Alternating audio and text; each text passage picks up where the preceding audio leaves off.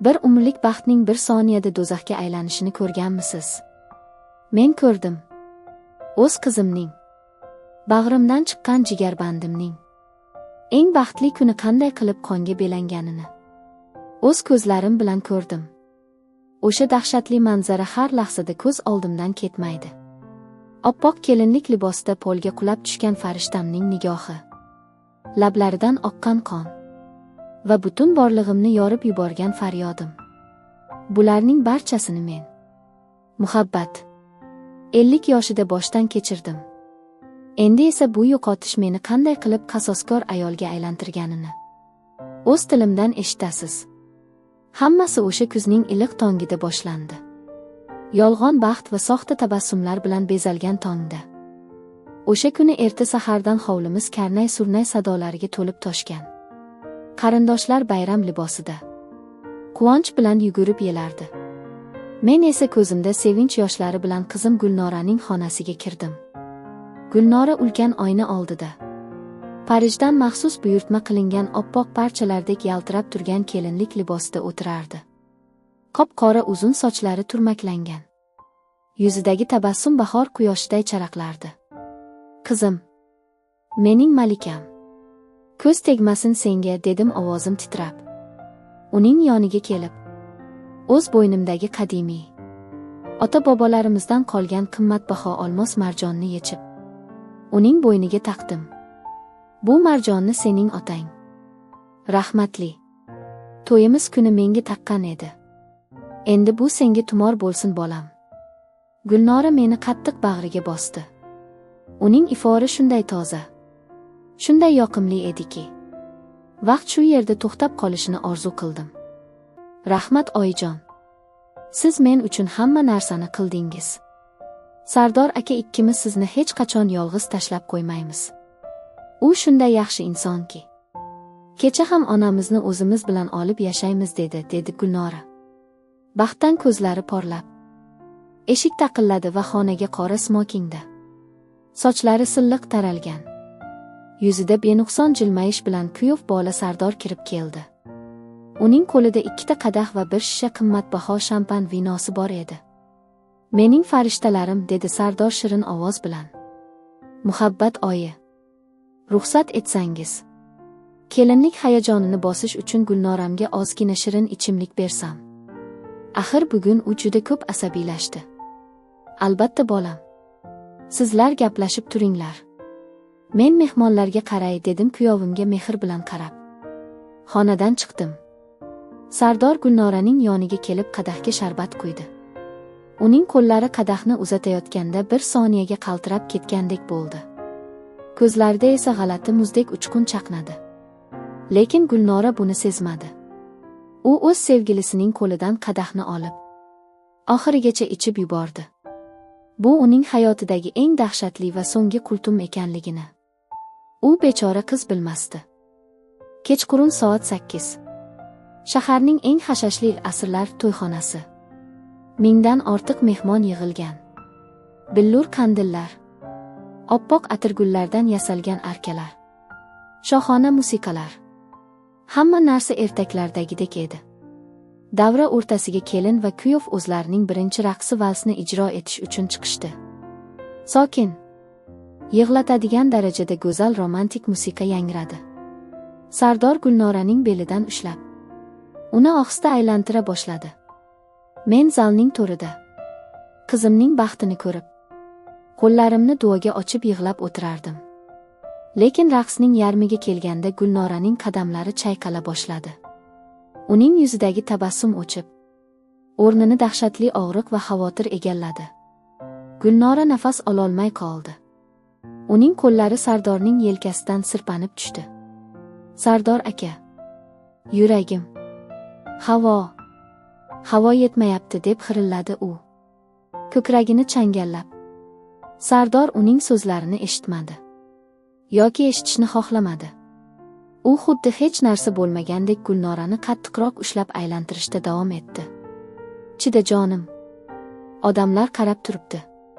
Tabassum qil, deb pichirladi u sovuq ovoz bilan. Gulnoraning ko'zlari kosasidan chiqdek bo'ldi. Uning tomirlari ko'karib ketdi. Og'zidan oq ko'pik kela boshladi.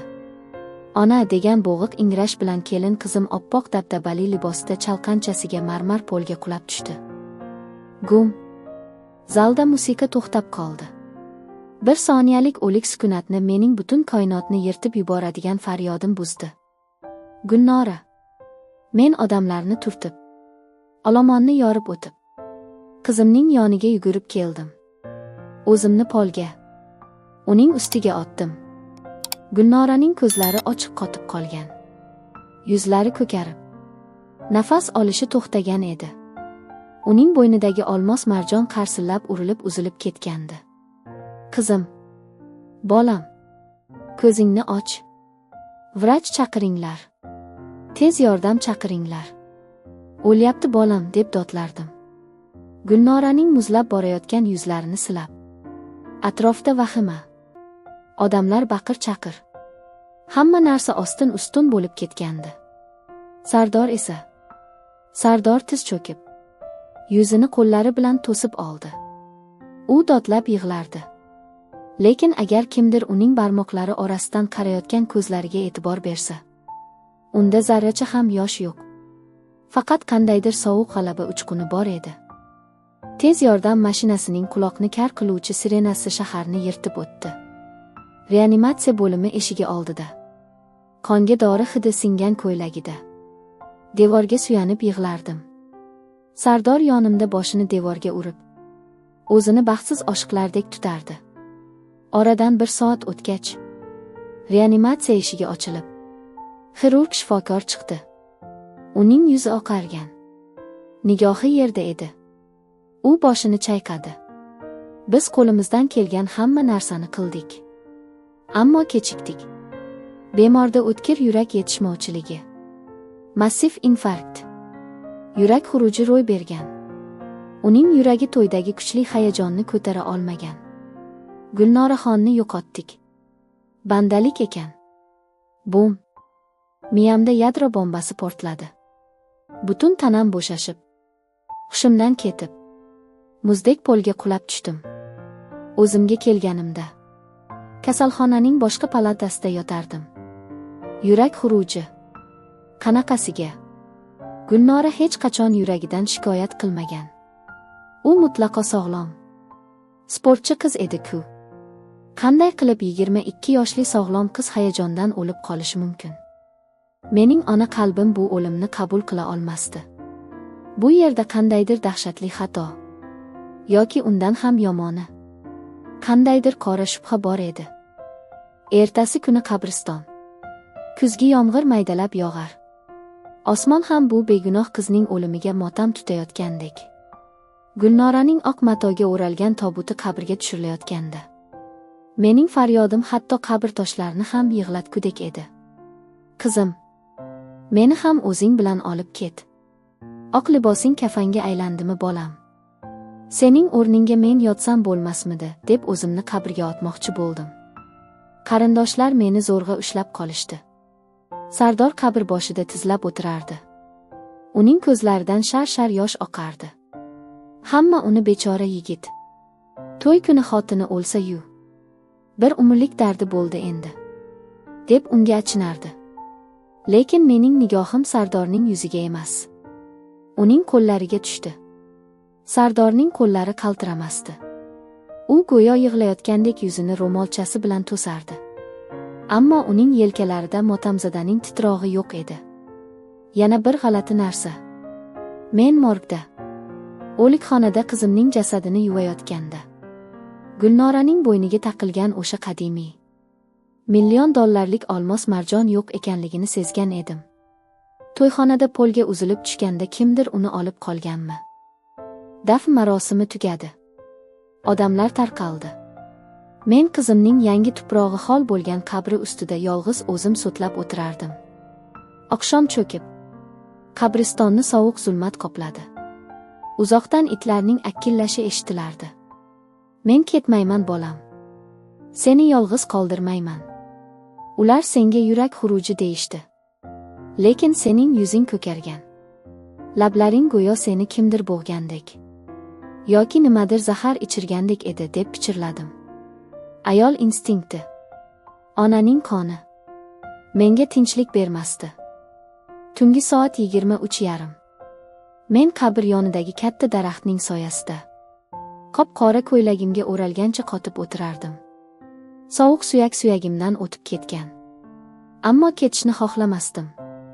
To'satdan qabristonning jimjitligini oyoq kiyimning barglarini bosib kelayotgan shiq-shiq ovozi buzdi. Nafasimni ichimga yutib, daraxt orqasiga yashirindim. Kimdir kelyapti. Qabristonga yarim tunda. Yorug'lik tushib turgan yo'lakdan qora paltoda, qo'lida telefon ushlagan bir erkak kelardi. Bu kuni bilan qabr boshida o'zini yerga urib yig'lagan Sardor edi. Lekin hozir uning qadamlari g'amgin emas.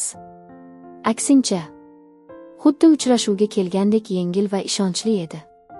Sardor Gulnoraning qabri yoniga kelib to'xtadi. Men qorong'ilikda qotib qoldim. Kuyovim, bolamni sog'inib kelibdi-da. Rostdan ham uni yaxshi ko'rgan ekan deb o'yladim bir soniya. Lekin keyingi manzaradan tomirimdagi qon muzlab qoldi. Sardor qabr boshida o'tirib duo qilmadi. U Gulnoraning qabriga qarab, qattiq istehzoli kulib yubordi. Bu kulgi shunday sovuq, shunday qonxo'r ediki, iblisning o'zi ham bunday kula olmasdi. Keyin u telefonini qulog'iga tutdi. Telefon qo'ng'irog'iga javob berilgach, u ruschalab ohangda gapira boshladi. Men rus tilini yaxshi tushunardim. Allo, Madina asalim. Hammasi tugadi. Ha, g'alaba qildik. Bu ahmoq vrachlar va o'sha yig'loqi kampir Muhabbat opa hammasini yurak xuruji deb ishonishdi. Tabiiyki ishonadi-da. Men unga to'ydan oldin bergan o'sha 9 raqamli maxsus tomchilarimiz organizmda, qonda mutlaqo iz qoldirmaydi. To'g'ridan to'g'ri yurakni to'xtatib qo'yadi.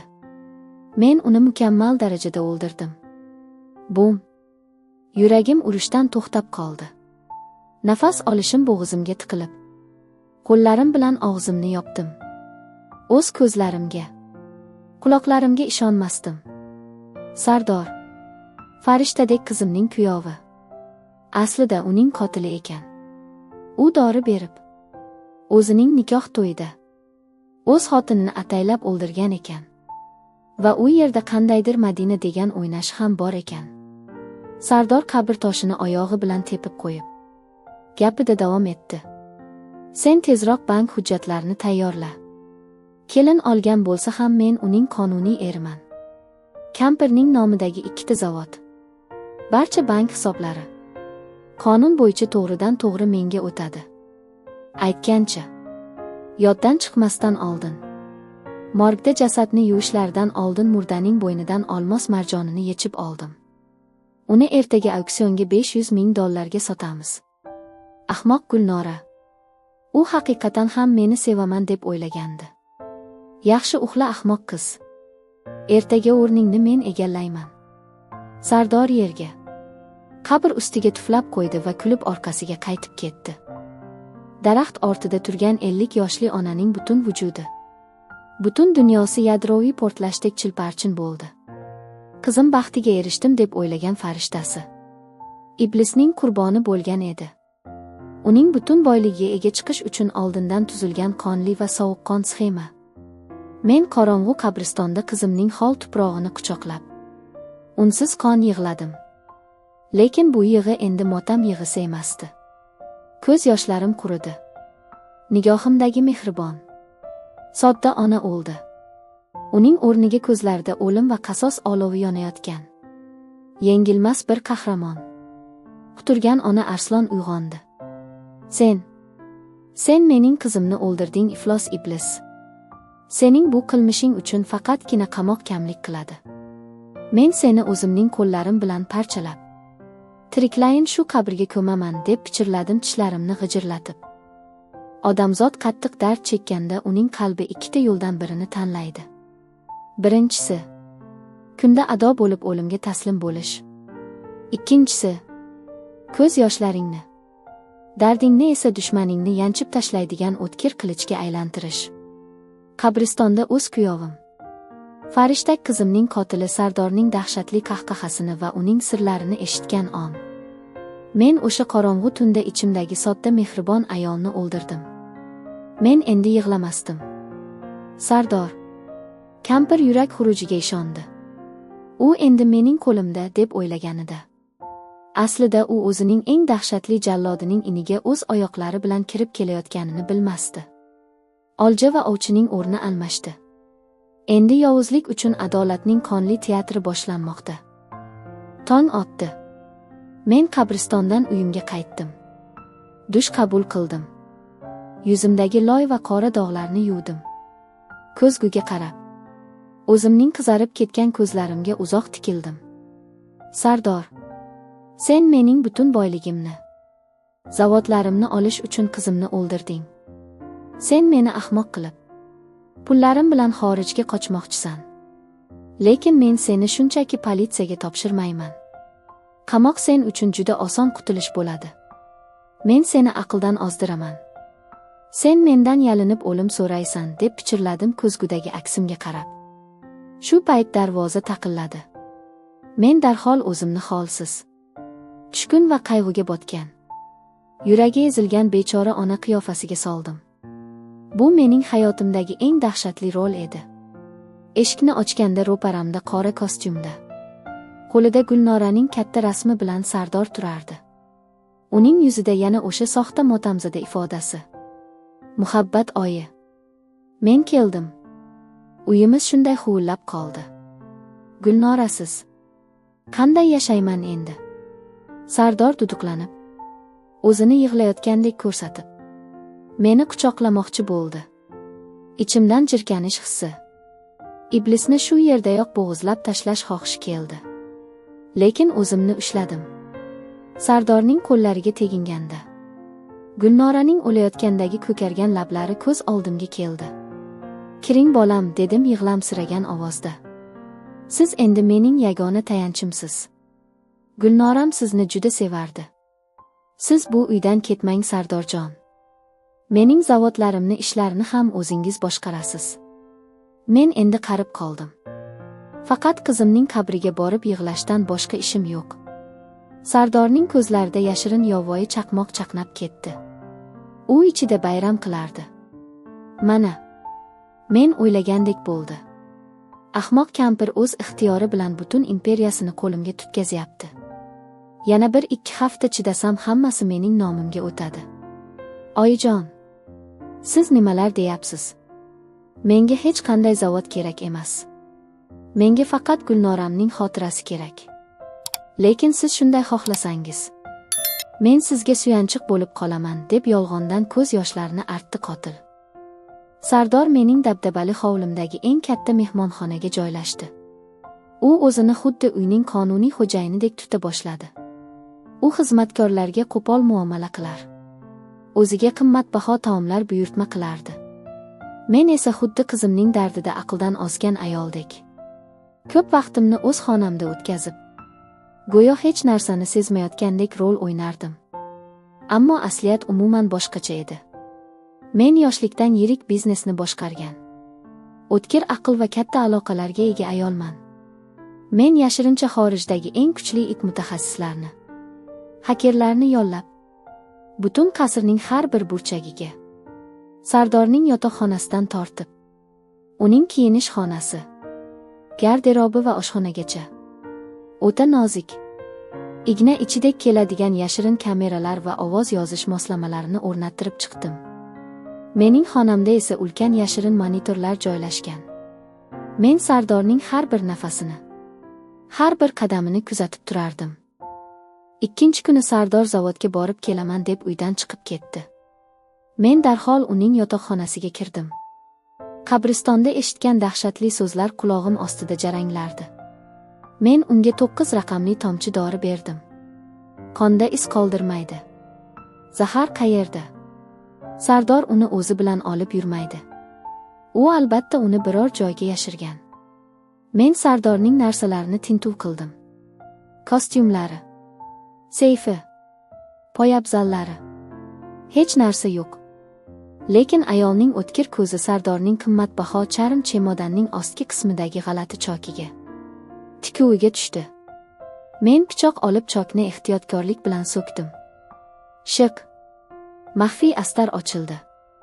Ichkaridan qora baxmalga o'ralgan kichkina quticha chiqdi. Qutichani ochganda ichida tibbiyotda ishlatiladigan kichkina flakon. Shishacha. Uning ustida qizil harflar bilan "To'qqiz. Letal" degan yozuv bor edi. Uning yonida esa qabristonda aytilgan Gulnoraning bo'ynidan o'g'irlangan $1 million olmos marjon va bitta yashirin qora telefon yotardi. Qo'llarim dahshatdan qaltirab ketdi. Bechora qizimni aynan shu flakondagi suyuqlik bilan o'ldirgan. Bo'ynidagi uzilgan marjon ham shu yerda. Bular sud uchun yetarli 100% ashyoviy dalillar edi. Agar men bularni politsiyaga olib borsam, Sardor bir umrga qamalishi aniq. Yo'q, deb pichirladim. Ko'zlarimda qonxo'r olov yonib. Politsiya uni osonlikcha jazolaydi. U tirik qoladi. To'q, issiq joyda yashaydi. Gulnoram esa sovuq tuproqda. Men bu dalillarni o'z vaqtida ishlataman. Hozircha sen o'z qafasingda o'ynab tur. Kalamush. Men zahardan ehtiyotkorlik bilan bir necha tomchi olib, maxsus probirkaga soldim. Laboratoriya ekspertizasi uchun. Qutini va telefonni rasmlarga tushirdim. Keyin hamma narsani xuddi o'zidek qilib yopib, chemodanga qaytarib qo'ydim. Oradan 4 kun o'tdi. Men Sardorga "Men qabristonga ketyapman. Kechgacha o'sha yerda bo'laman" deb uydan chiqib ketdim. Aslida esa mashinamni ko'chaning narigi tomoniga yashirib, notebook orqali uydagi kameralarni kuzatib boshladim. Sardor kampirning ketganini ko'rib xursand bo'lib ketdi. U darhol o'sha yashirin telefonni oldi. "Madina, jonim, kampir ketdi. Tez kel. Kechgacha qasr bizniki. Qasrning kayfi qanaqa bo'lishini ko'rsataman senga", dedi u qahqaha otib. Yarim soatdan keyin uyga o'ta kalta va ochiq qizil libos kiygan, yuziga qalin makiyaj surtgan Madina kirib keldi. Sardor uni darrov quchoqlab ehtiros bilan o'pa boshladi. Ular to'g'ri marhuma Gulnoraning yotoqxonasiga kirib borishdi. Mashinada buni kuzatib o'tirgan mening nafas olishim to'xtab qoldi. Mening qizimning pokiza yotog'iga bu ikki qonxo'r maxluq kirib borgan edi. Madina yotoqxonadagi Gulnoraning narsalarini titkilar, uning qimmatbaho atirlarini o'ziga sepa boshladi. "Voy Sardor, qara, qanday dabdaba. Bu ahmoq qiz Gulnoraning didi umuman yo'q ekan-ku. Mebellarining rangi buncha xunuk." Madina tirjayib Gulnoraning oppoq yostig'iga o'tirdi. "Kampirning ahvoli qalay? Zavodlarni qachon nomingizga o'tkazadi? Menga o'sha Fransiyadagi uyni tezroq olib berishingizni kutib o'tiribman." Sardor uning yoniga yotib kuldi. "Shoshma asalim. Kampir hozir shok holatida. U o'zining dardi bilan ovora. Men unga advokatlar orqali ishlarni boshqarish uchun ishonchnomani tayyorlatyapman. Indinga qo'l qo'yib beradi. Keyin barcha pullar bizning hisobimizda bo'ladi." Madina uning ko'kragiga boshini qo'yib ayyorona shivirladi. "Keyinchi? Kampir pulni berganidan keyin nima qilamiz? U tirik yuraveradimi? Birdan biror narsani sezib qolsa-chi?" Sardorning yuzida dahshatli va sovuq tabassum paydo bo'ldi. "Buning xavotir olma. Unga ham xuddi qiziga qilganimizdek chiroyli yurak xuruji tashkillashtiramiz. O'sha qo'qqisdan zahardan hali yana yetarlicha bor. Qizining o'limiga chiday olmay, bechora ona ham ketdi deyishadi hamma. Butun imperiya, qonuniy yagona voris menga qoladi. Biz esa Monakoga ko'chib ketamiz." Mashina ichida mening butun vujudimdan issiq qon yugurib ketdi. Qo'llarim rulni shunday qattiq qisdimki, tirnoqlarim qonab ketayozdi. Bu qonxo'r iblislar meni ham o'ldirishni rejalashtirishmoqda edi. Ular Gulnorani o'ldirgani kamdek, endi onani ham tiriklay ko'mmoqchi. Shundaymi deb bo'kirdim o'z mashinam ichida.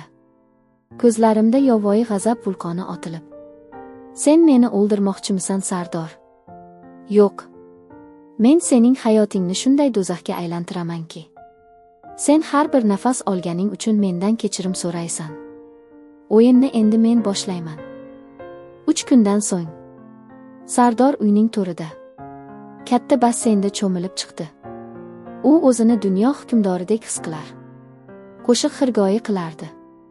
Tunda soat 2:30 edi. U yotoqxonasida qattiq uxlardi. Kutilmaganda uyning ichki dinamiklaridan juda past va siniq ovozda Gulnoraning to'y kuni ijro etilgan vals musiqasi yangray boshladi. Tamtadam, tamtadam. Sardor ko'zini ochib yubordi. U o'rnidan sapchib turdi. Nima bu? Musiqa qayerdan kelyapti deb atrofga alangladi. Ovoz past, lekin asabga tegadigan darajada aniq edi. U go'yo devorlarning o'zidan chiqayotgandek tuyardi.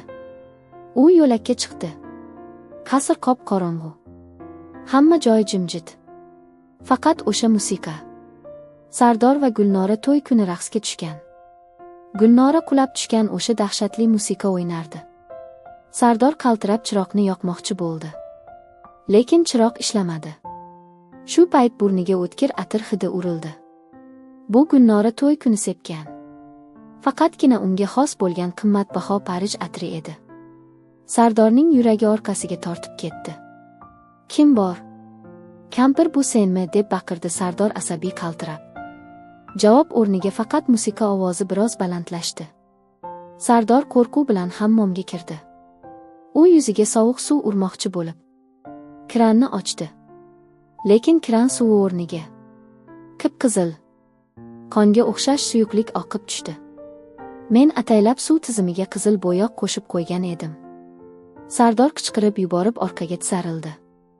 U hammomdagi katta ko'zguga qaradi va dahshatdan nafasi bo'g'ziga tiqilib, tizzalari bukilib qoldi. Bu ko'zgu ustiga Gulnoraning qizillab bo'yog'i pomadasi bilan dahshatli katta harflar bilan yozib qo'yilgan edi. Men hammasini bilaman. Qotil. Men sen uchun qaytdim. Sardor dahshatdan dodlab yubordi va yotoqxonasiga qarab qochdi. Uning yuragi yorilib ketgudek urardi. Arvoh. Gulnoraning arvohi qaytdimi? Yoki kimdir bildimi? Yo'q. Bo'lishi mumkin emas. Men uni o'zim o'ldirganman-ku deb aqldan ozayozardi iblis kuyov. Bularning barchasini xonamdagi yashirin monitorlar orqali kuzatib o'tirgan men sovuq va qonxo'r tabassum qildim. Bu hali boshlanishi Sardor. Sening eng katta jazoing o'lim emas. Sening jazoing aqldan ozish va har kuni o'limni kutib yashash bo'ladi deb pichirladim. Ertasi kuni ertalab Sardor rangi o'likdek oppoq. Ko'zlari kirtaygan holda nonushtaga tushdi. U tunda ko'rganlarini gallyutsinatsiya, o'zining vahimasi deb o'ylashga harakat qildi. O'zi uxlab qolganda ko'zgu tozalangan va musiqa to'xtagan edi. Men xizmatkorlar orqali tozalattirib qo'ygan edim. Men unga choy uzatdim. O'g'lim, mazangiz yo'qmi? Rangingiz oqarib ketibdi. Yaxshi uxladingizmi? Sardor soxta jilmaydi. Ha oyi. Hammasi joyida. Gulnorani tushimda ko'ribman. Ha. Farishtamiz qabrdan qarab turgandir sizni, dedim ma'noli qarab. Shu kuni tushdan keyin Sardor o'zini xotirjam qilish uchun chemodanini tekshirishga qaror qildi. U eshikni qulflab, chemodanning yashirin astarini ochdi. Quticha joyida. Olmos marjon ham joyida. Telefon ham. Lekin u qutichani ochib, "Vitoq qiz" yozilgan zahar flakonini olganda, u bir narsani sezib qoldi. Kecha u zaharni tekshirganda flakonning yarmidan ko'pi to'la edi. Ammo hozir flakon deyarli bombosh edi. Ichida faqat 1-2 tomchi suyuqlik qolgan xolos. Bu Sardorning miyasida dahshatli o'y yashindek o'tdi. Zahar qayerga ketdi? Kimdir undan foydalandimi? Shu payt uning qorni qattiq pichoq tortgandek og'rib burab ketdi. Sardor stuldan yiqilib tushib, qornini ushlab dodlab yubordi. Eshik taqilladi va mening sovuq, sokin ovozim eshitildi. Sardorjon, hozirgina ichgan choyingiz shirin ekanmi?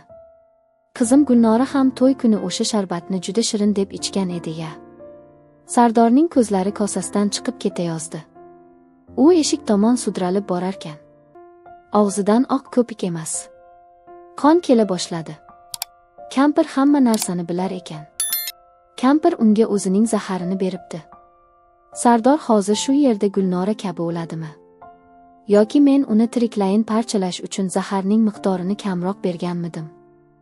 O'lim qotil uchun eng oson, eng tezkor qutulish yo'lidir.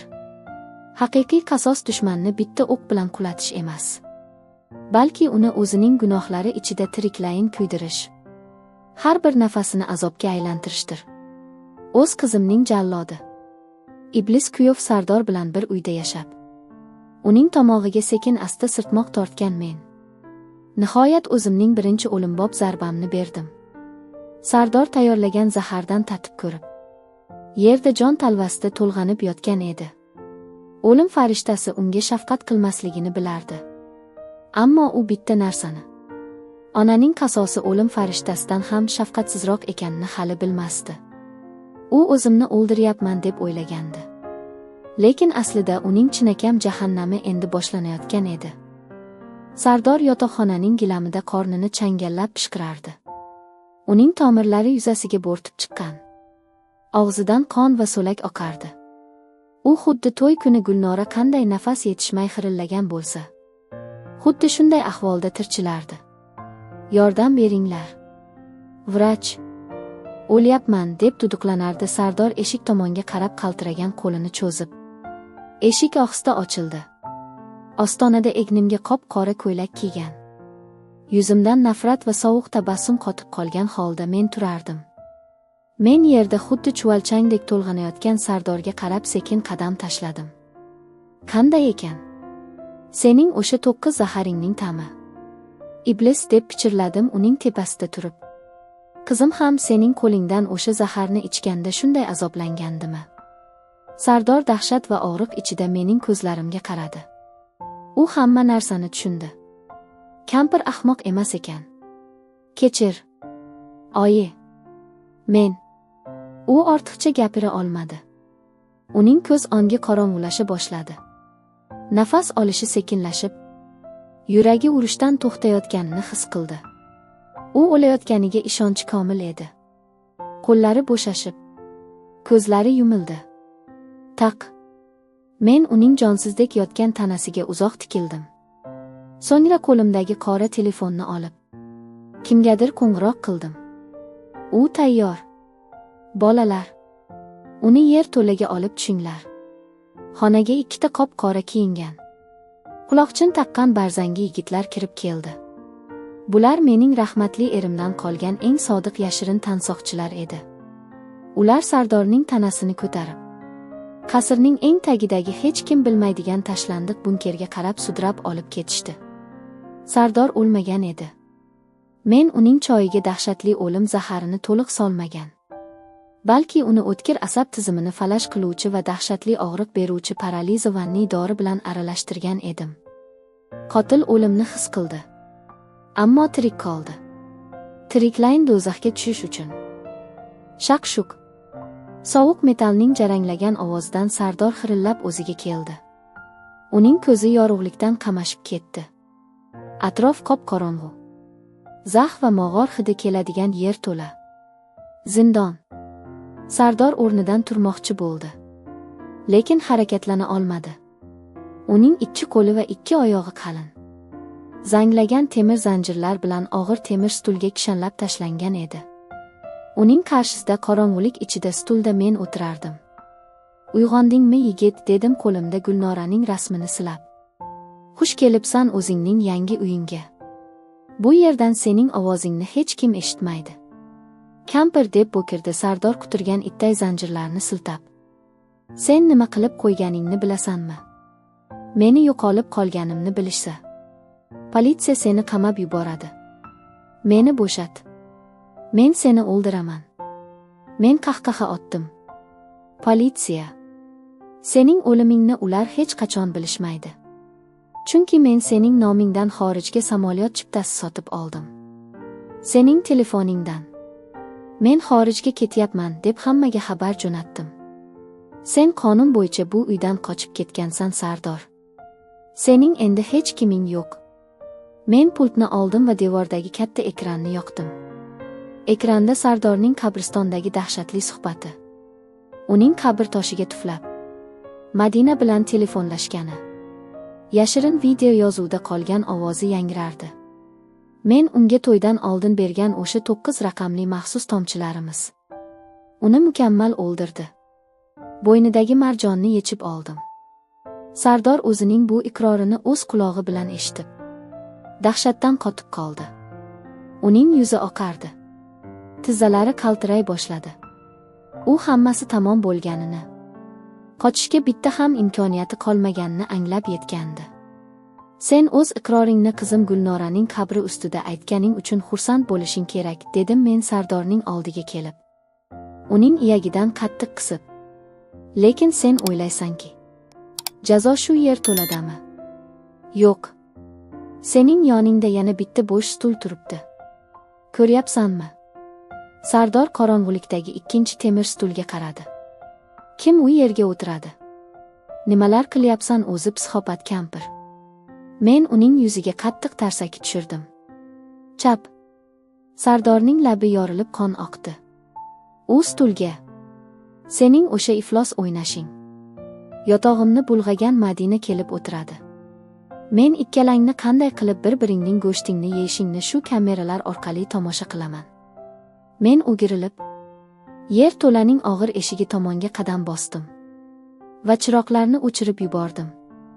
Taq. Sardor qop-qorong'u zindonda o'zining dahshatli azobi va kishanlari bilan yolg'iz faryod qilib qoldi. Yo'q. Muhabbat opa, ketirmang meni. Meni qorong'ulikda qoldirmang. Shu kuni tushdan keyin go'zallik salonida Sardorning o'ynashi Madina o'zining qimmatbaho tirnoqlarini bo'yatib, bemalol xotirjam jurnal varaqlab o'tirardi. U kechasi bilan Sardordan xabar kutgan. Uning tezroq kampirni, ya'ni meni hal qilib, unga millionerning xotini bo'lishni va'da qilganini xayol qilardi. Uning telefonini jiringladi. Ekranda Sardorim degan yozuv chiqdi. Madina xursand bo'lib darhol xabarni ochdi. Asalim, hammasi bitdi. Kampirning ishi hal bo'ldi. Men senga aytgan olmos marjonni $500,000 sotdim.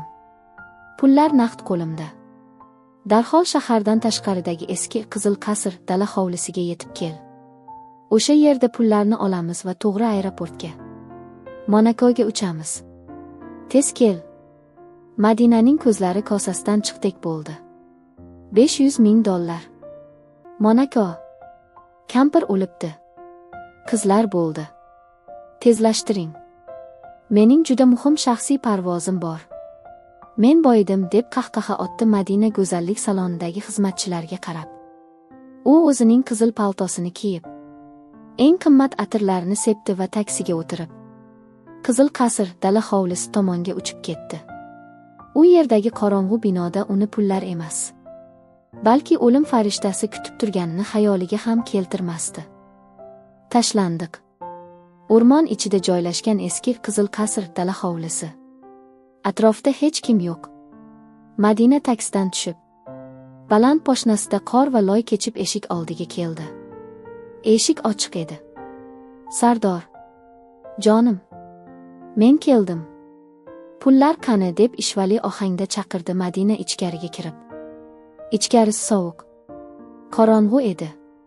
U katta zalga kirdi. Zalda bitta xira chiroq yonib turardi. Madina zalning o'rtasiga kelganda, uning nigohi markazda osib qo'yilgan manekenga tushdi va uning nafasi bo'g'ziga tiqilib, yuragi orqasiga tortib ketdi. Bu manekenning ustida Gulnoraning to'y kuni kiygan oppoq, qonga va loyga belangan kelinlik libosi osib qo'yilgan edi.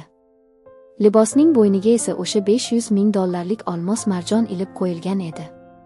Xudoyim, bu nima degani? Sardor, bu qanaqa ahmoqona hazil, deb qaltirab orqaga tisarildi Madina. U darhol eshik tomonga qarab yugurmoqchi bo'ldi. Lekin gum. Zalning og'ir temir eshiklari avtomatik tarzda uning yuziga yopildi va qulflandi. Madina qafasga tushgandi. Zalning qorong'i burchagidan sokin, dahshatli va sovuq qadam tovushlari eshitildi. Taq, taq. Chiroq yondi. Qora plashda, qo'limda qamchi yoki qattiq temir xoda ushlagan holda men chiqib keldim. Mening nigohim odamni yondirib yuboradigandek yovvoyi edi. Madina meni ko'rib dahshatdan dodlab yubordi va polga o'tirib qoldi. Muhabbat opa, siz o'lmaganmidingiz? Sardor qani? U qayerda deb yig'lamsiradi qotilning jazmani. Men sekin Madinaning oldiga keldim va qo'limdagi temirni poldagi marmarga urdim. Jarang. Sardor qayerda deysanmi? U hozir seni kutyapti iblis. Senga shunday yosh, shunday chiroyli qizning o'limi ustiga qurilgan baxt kerakmidi? Senga mening qizimning qonga belangan libosi yoqdimi? Nega Sardor yotoqxonada yotganda qizimning atirlarini sepib, qovog'ingni uyding? Meni kechiring. Men bilmasdim. U meni majbur qildi. Men umuman Sardorni yomon ko'raman. U meni qo'rqitgan edi deb tirjayib yolg'on yig'lashni boshladi Madina. O'z jonini asrash uchun. U bir soniyada o'zi sevgilisini sotishga tayyor edi. Men qahqaha otdim. Bu yirtqichning qahqahasi edi. Qanday go'zal sadoqat. Yigitlar, olinglar buni. Sardorning yoniga jo'natinglar. Ularga juda ajoyib romantik oqshom tayyorlab qo'yganman. Tansoqchilar qorong'ulikdan chiqib kelib, yig'lab tipirchilayotgan Madinani sochidan ushlab sudrab olib ketishdi. Madinaning qimmatbaho poshnasi sinib tushdi. Uning kibri va go'zalligi yer bilan yakson bo'ldi. G'ijir, chaq. Madina qorong'u zax yer to'ladagi ikkinchi temir stulga otildi. Tansoqchilar uning qo'l oyog'ini zanjirband qilishdi. Qorong'ulikda faqat tepadan tushayotgan bitta xira lampochka yorug'ligi ikkita stulni yoritib turardi. Sardor yonida zanjirlangan. Makiyajlari oqib, yig'layotgan Madinani ko'rib qotib qoldi. Madina, seni ham olib keldimi bu jinni kampir? Nega? Nega ehtiyot bo'lgin demaganman senga deb bo'kirdi Sardor. Madina Sardorning qonga belangan, ko'kargan yuzini ko'rib dahshatdan qichqirdi. Hammasiga sen aybdorsan iflos qotil. Sen meni bu qopqonga chaqirding. $500,000 deding. Sening kasofatingga men ham qamalib qoldim. Meni bo'shat deyapman. Yer to'laning burchagidagi karnaydan, dinamikdan mening sovuq, temirdek ovozim yangradi. Ko'ryapsizlarmi? Xiyonatkorning sadoqati qanday tez tugaydi. Sizlar qizimning jasadini sovitmay turib uning yotog'ida sevishgandingiz. Endi ko'ramiz sadoqatingiz o'lim oldida qanchalik kuchli ekanini. Karnaydan dahshatli o'yinning qoidalari e'lon qilindi. Sardor, Madina, men sizlarni juda uzoq qiynamoqchiman. Shuning uchun sizlarga ovqat va suv kerak. Lekin bu yer to'lada ovqat va suv faqat bitta inson uchun beriladi. Dinamikdan chiqqan so'zlar qotillarning miyasini qaqshatib yubordi. Ikkingizning o'rtangizda stolda bitta pichoq va bitta stakan suv qo'yilgan, davom etdim men. Sizlarning o'ng qo'lingizdagi kishan biroz bo'shatilgan. Kim birinchi bo'lib o'z sherigining, sevgilisining tanasiga pichoq sanchsa, o'sha odam suv va non oladi. Agar ikkingiz ham rad qilsangiz, tashnalikdan va ochlikdan chirib o'lasizlar. Tanlanglar. Sevishganlar. O'yin boshlandi. Chiq. Ovoz o'chdi. Sardor va Madina qorong'ulikda bir-biriga dahshat bilan tikilib qolishdi. Ularning o'rtasidagi kichik temir stolda, yorug'lik tushib turgan joyda yaltirab turgan qora pichoq va bir stakan toza suv bor edi. Ikkalasining ham tomog'i qurib, qo'rquvdan peshonasidan ter oqardi. Sardor, dedi Madina duduqlanib. Biz bunday qilmaymiz, to'g'rimi? Bu kampir bizni hayvonga aylantirmoqchi. Biz chidaymiz. Yordam keladi. Lekin Sardorning ko'zlarida yovvoyi, tirik qolish uchun hamma narsaga tayyor hayvonning olovi yondi. Uning nigohi Madinaning yuziga emas, o'rtadagi stakanga qaratilgan edi. Sardor ohista zanjirini shaqillatib, o'ng qo'lini pichoqqa qarab cho'za boshladi. Sardor, nima qilyapsan? Tegma unga. Ahmoq, deb chinqirdi Madina. O'zini orqaga tortib. Ular o'z qonlariga tashna bo'lib, bir-birining go'shtini g'ajib tashlashga tayyor maxluqlarga aylanishdi. Ayni shu daqiqalarda mening uyimda butunlay kutilmagan va dahshatli xavf paydo bo'layotgan edi. Men yashirin xonamda monitorlar ortida qotillarning bir-biriga pichoq oqtalishini jilmayib kuzatib o'tirganimda, uydagi eshik qo'ng'irog'i qattiq jiringladi. Ding-dong. Men asabiy tarzda ekrandan ko'z uzib, tashqi kuzatuv kamerasiga qaradim. Darvoza oldida egnida qora charm kurtka, og'zida sigaret ushlagan, o'ta sinchkov nigohli erkak turardi. Uning qo'lida Ichki ishlar idorasining tergovchisi guvohnomasi yaltirab turardi. Yuragim qinidan chiqdek bo'ldi. Bu tergovchi. U nega keldi? Sardorning yo'qolganini bilishdimi? Yoki Gulnoraning o'limi haqidagi yurak xuruji xulosasiga ishonishmadimi? Agar u tintuv qilsa, yer to'ladagi Sardor va Madinani, yashirin kameralarni topib olishi aniq. Men jinoyatchiga aylanib qamalishim mumkin. Men nafasimni ichimga yutdim va yuzimga yig'layotgan bechora ona niqobini tortib, eshik tomonga qarab yurdim. Endi o'yin faqat qotillarga qarshi emas, balki davlat qonunlariga qarshi ham olib borilishi kerak edi. Bo'yi baland va aqlli tergovchi Gulnoraning to'ydagi o'limdan nimani shubha qildi? U meni fosh etadimi? Yoki kutilmagan ittifoqchi bo'ladimi? Yer to'lada Sardor va Madina qanday qonli qirg'in qilishadi? Qonun jinoyatchini jazolash uchun o'ylab topilgan to'siq. Ammo qonunxo'r bo'lib, qotilni farishta deb bilganida, adolat tarozisi pallasini faqatgina jabrdiyda onaning qasosi tenglashtira oladi. Men o'zimning dabdabali qasrimda, yer ostidagi qorong'u zindonda ikkita qonxo'r iblisni, Sardor va Madinani qafasga solib, o'lim o'yinini boshlagan edim. Lekin tashqarida, mening eshigim oldida davlatning ko'zi bo'lgan tergovchi turardi. Bitta xatosiz, bitta qaltirgan nigoh, qasoskor onani jinoyatchiga aylantirib, qamoqqa yo'llashi va Gulnoraning ruhini abadiy sarson qilishi mumkin edi. Zindonda qotillar bir-birining qoniga tashna bo'lib turgan bir vaqtda, yuqorida, yorug'likda aql va psixologiya urushi boshlandi. Ding-dong. Qo'ng'iroq ovozi butun vujudimni titratib yubordi. Men zudlik bilan monitorlarni o'chirdim. Chuqur nafas oldim va ko'zimga yosh oluvchi maxsus tomchini tomdirib, yuzimni so'lg'in, qayg'uli ona qiyofasiga keltirdim. Sekin borib hovli darvozasini ochdim. Darvoza ortida bo'yi baland, o'tkir nigohli, egnida qora charm kurtka kiygan 30 yoshlardagi yigit turardi. Uning nigohi atrofni rentgen kabi sanjar qilardi. Assalomu alaykum muhabbat opa. Men jinoyat qidiruv bo'limi katta tergovchisi Alisher Qodirovman. Bezovta qilganim uchun uzr so'rayman. Yigit guvohnomasini ko'rsatdi. Va alaykum assalom. Kiring bolam. Tinchlikmi? Qizimning o'limi bo'yicha yana qog'ozliklar qoldimi, dedim yig'lamsirab. Ovozimni qaltiratib, Alisher hovliga kirdi. Uning qadamlari ohista, lekin o'ta ishonchli edi. Yo'q onajon, qizingiz Gulnoraning ishi yurak xuruji degan xulosa bilan yopilgan. Lekin mening kelishimga boshqa sabab bor. Kuyovingiz Sardor haqida gaplashmoqchi edim. U qayerda? Yuragim shuk etib ketdi. Sardorjonmi? U kecha xorijga ketdi. Qizimning o'limidan keyin bu uyda qolish unga juda og'ir botdi. U menga xabar yozib, bir oz vaqt o'zi bilan yolg'iz qolish uchun Yevropaga ketganini aytdi. Alisher mening ko'zlarimga sinchkovlik bilan tikildi.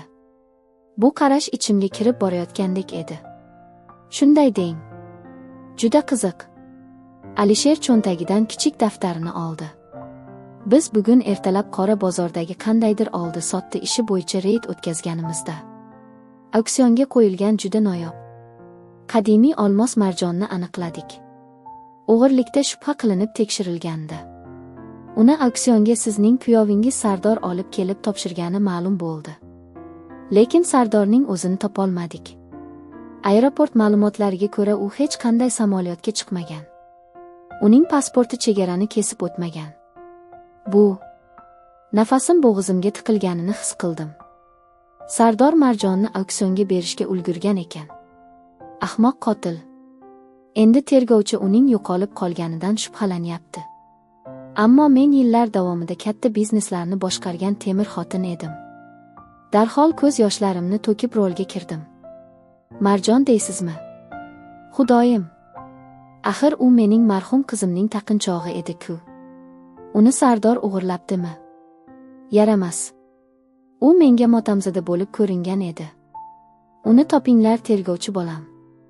U demak qizimning tilla buyumlarini o'g'irlab qochib ketgan. O'z vatanida yashirinib yurgandir. Uni qamanglar deb faryod qildim haqqoniy nafrat bilan.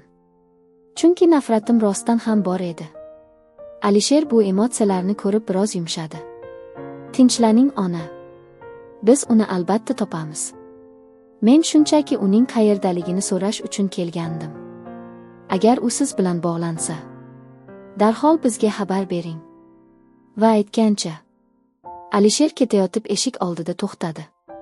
Qizingizning o'limi bo'yicha tibbiy ekspertizani yana bir marta ko'rib chiqmoqchiman.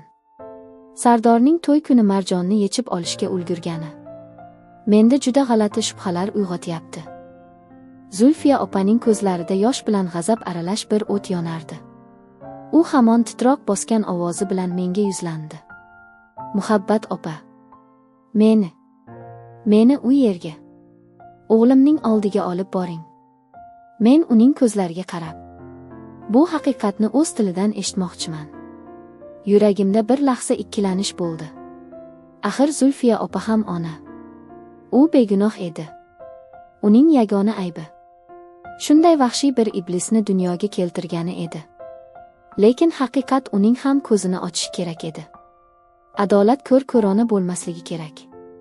Mayli Zulfiya opa. Lekin ko'rganlaringizga tayyor turing. Chunki u yerda farishta emas, balki bir-birining go'shtiga tashna bo'lgan ikki maxluqni ko'rasiz. Men Zulfiya opani yetaklab, qasrning yashirin yo'laklari orqali yer to'laga olib boruvchi temir zinapoya tomon yurdim.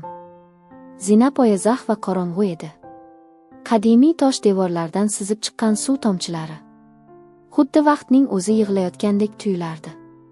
Pastga tushgan sari havo og'irlashib, mog'or va qon hidi ancha kuchaydi.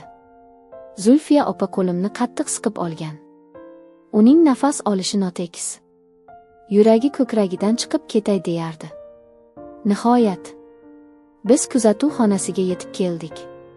Bu yerda katta qora oyna orqali zindonning ichi ko'rinardi. Lekin ichkaridan tashqarini ko'rish imkonsiz edi. Xonadagi monitorlar ham ichkaridagi har bir harakatni, har bir tovushni ko'rsatib turardi. Zulfiya opa oynaga yaqinlashib, ichkariga ko'z tashladi va birdan "Oh" deb og'zini changallab orqaga tisarildi. Zindon ichidagi manzara hatto toshyurak odamni ham larzaga solgudek edi. Sardor va Madina ikkovlari ham qonga belangan. Kiyimlari yirtilgan, sochlari to'zg'igan holda, yovvoyi hayvonlar kabi bir-biriga qarab turishardi. Ularning o'rtasidagi temir stolda pichoq endi qonga bo'yalgancha yaltirab yotardi. Madinaning chap bilagida chuqur bir yara, qon tomchilab turardi. U ko'zlarida dahshat va achinish bilan Sardorga tikilardi. Sardor, sen meni haqiqatan ham pichoqladingmi? Meni o'z sevganingda deb xirilladi u. Ovozida ishonchsizlik va cheksiz og'riq bor edi. Sardorning esa ko'zlarida hech qanday pushaymonlik, hech qanday mehr yo'q edi.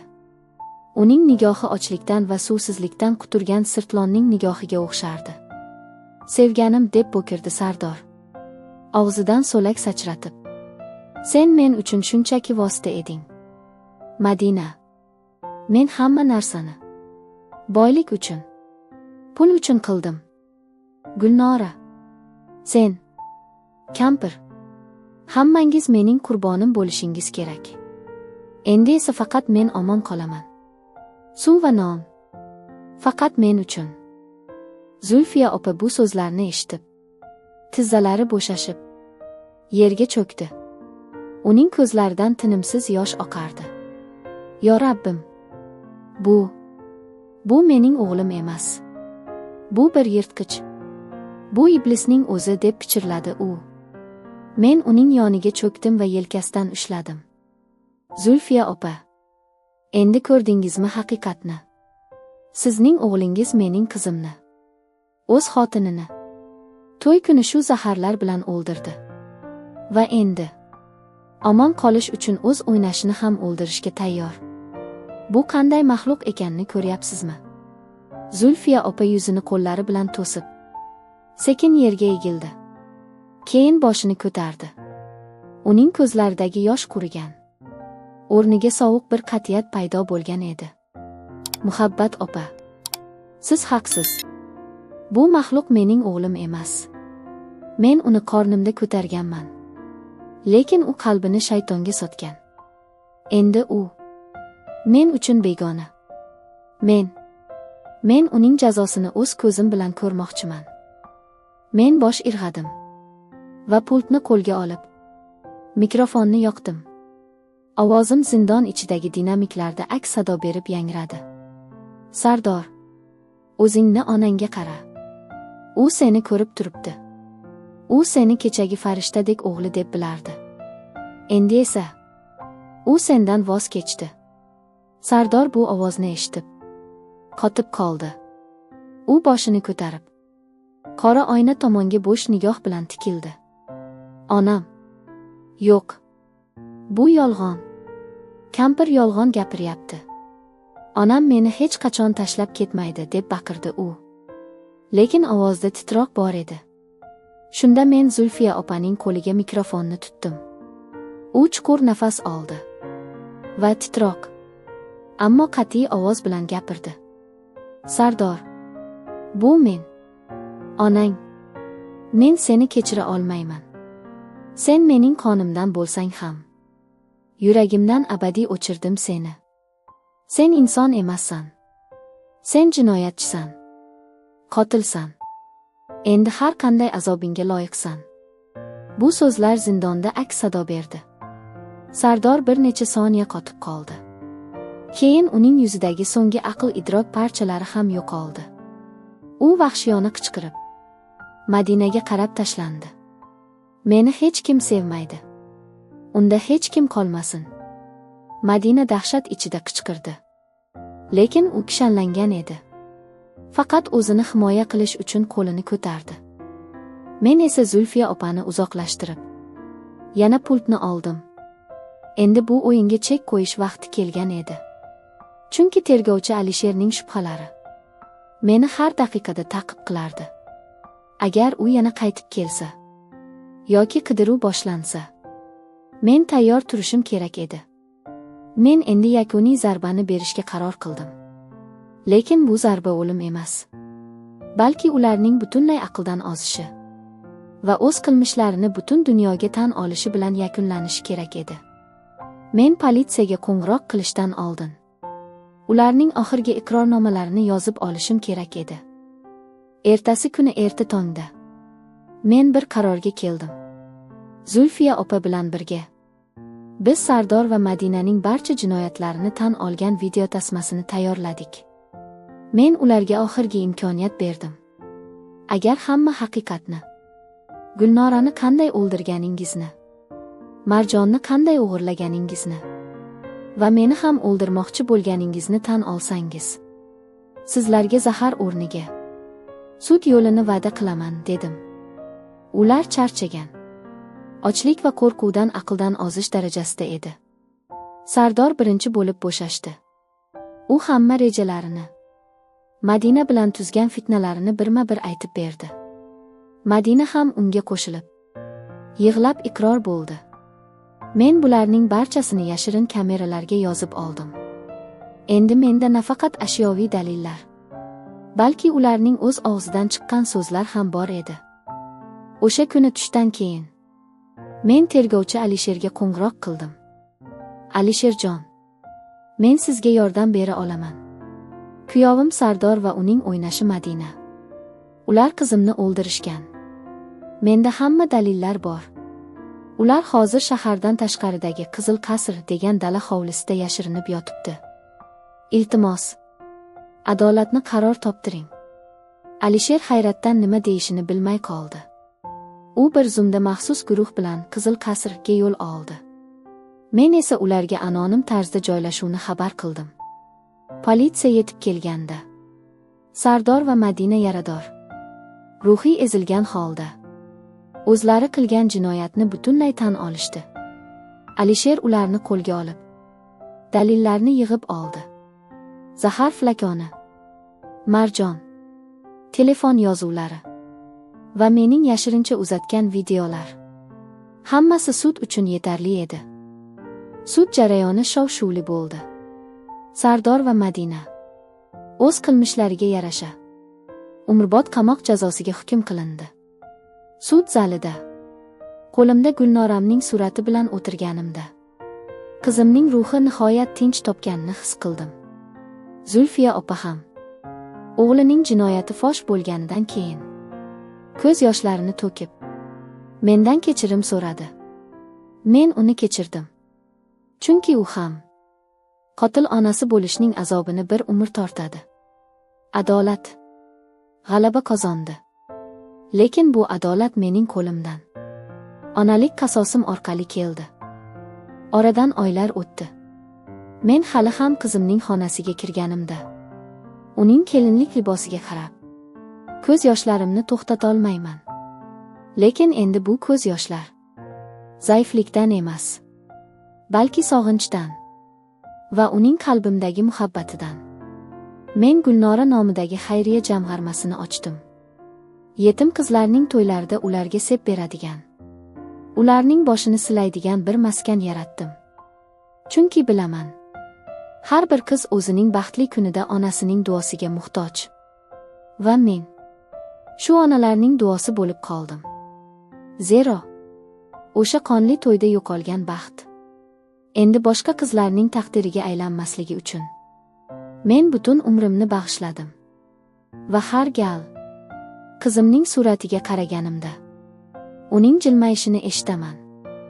Rahmat oyijon, adolat qaror topdi deb shivirlaydi u. Osmondan. E'tiboringiz uchun rahmat. Qissadan o'zingizga kerakli xulosani chiqardingiz degan umiddamiz. Tutash taqdirlar kanaliga obuna bo'lishni va qo'ng'iroqchani bosib qo'yishni unutmang. Keyingi hikoyalarda ko'rishguncha sog' bo'ling.